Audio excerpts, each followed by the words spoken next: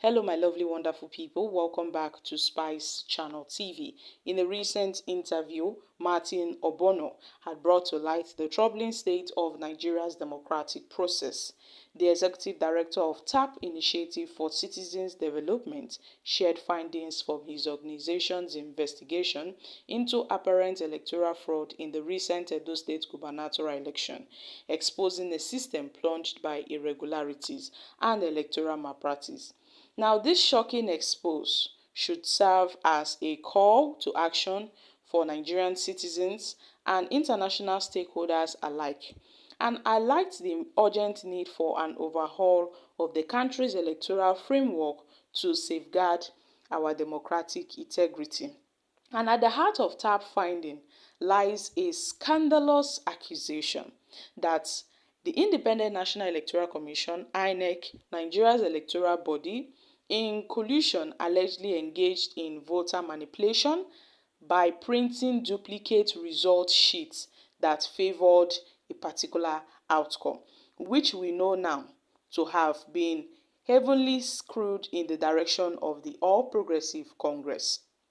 And TAP's scrutiny of the election results showed discrepancies between what was recorded by agents on ground and what INEC ultimately declared. TAP alleges that INEC used fraudulent certified true copies of results sheets which lacked the signatures of polling agents and were astonishingly inconsistent with the INEC result viewing platform data. Now, these highly troubling revelations not only calls into question the credibility of INEC, but also highlights a broader pattern of political and institutional complicity in eroding the democratic will. My country people, in this just concluded Edo State election, we know what happened. We know what transpired. Now, the implications of these findings extend far beyond Edo State.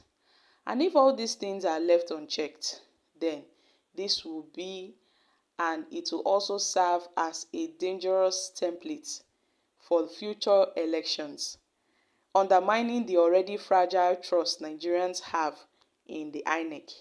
For decades, Nigeria as a nation has grappled with electoral violence, voter suppression, voter intimidation, vote buying, but the scale and sophistication of the alleged fraud in Edo State suggests an alarming shift, not only in the Edo State election, but also in the 2023 general election, most especially in the presidential election.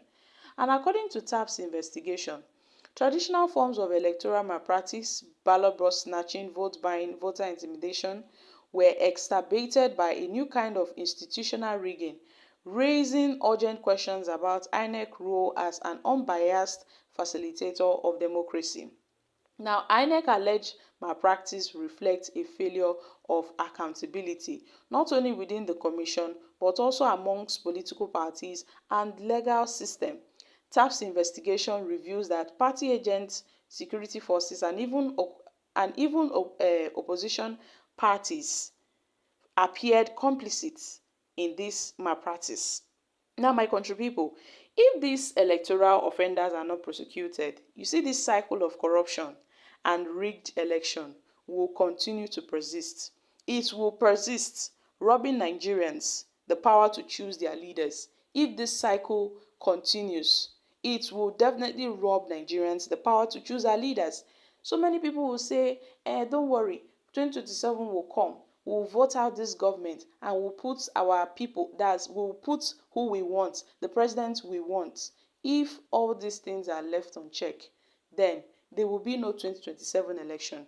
It will be the same as the 2023 election if we don't hold INEC accountable, if we don't hold the INEC chairman accountable.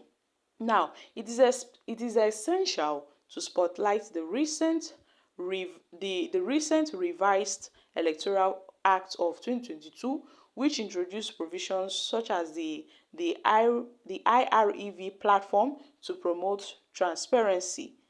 While this legislation was intended to prevent malpractice, its limitations have become apparent without a robust enforcement mechanism and accountable transparency from INEC. These reforms fall short. So at this point, Now you see that INEC is not a body that can be trusted. Their integrity has been compromised. At this point, nobody trusts INEC anymore, because INEC is now a body that is being used to rig election. Before, what we normally see is ballot box snatching, voter intimidation. Now they are not snatching ballot box anymore. INEC is the one doing the work. INEC is the one doing the work alongside the ruling All Progressive Congress in favor of their candidate. The recent Edo State election is just an eye-opener to the already known fact that Nigerians are quite aware of what's happening. But some persons who may raise up their voice to speak against these ills would be called off. They will say, oh, because it is not your candidate that won the election, that lost the election, then you go to court. Because your candidate lost the election, go to court.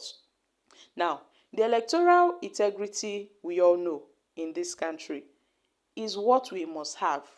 We must have electoral integrity. Nigerians deserves a system. Nigerians deserve an electoral commission that would enable us to choose our leaders freely. So INEC must really buckle up. INEC must really buckle up. INEC spent a lot of money purchasing the IV portal, the Beavers machines, and at the end of the day, we will still see what we saw in the 2023 election. And so many persons were using this, so many persons really anticipated that the Edo State elections would be different. But now we've come to a final conclusion that the 2027 elections would not be different than what we saw in the 2023 election. Definitely, history might repeat itself again if we allow it. Now, the INEC chairman has been pocketed by the ruling party. The judiciary has been pocketed by the ruling party. The police have been pocketed by the ruling party. Where does this leave us as a nation? INEC, under the leadership of Mahmood Yakubu, is the greatest disaster that Nigeria as a nation has ever encountered. Manipulating an election for a particular political party is intense electoral fraud, and nobody has even called Mahmood in for questioning.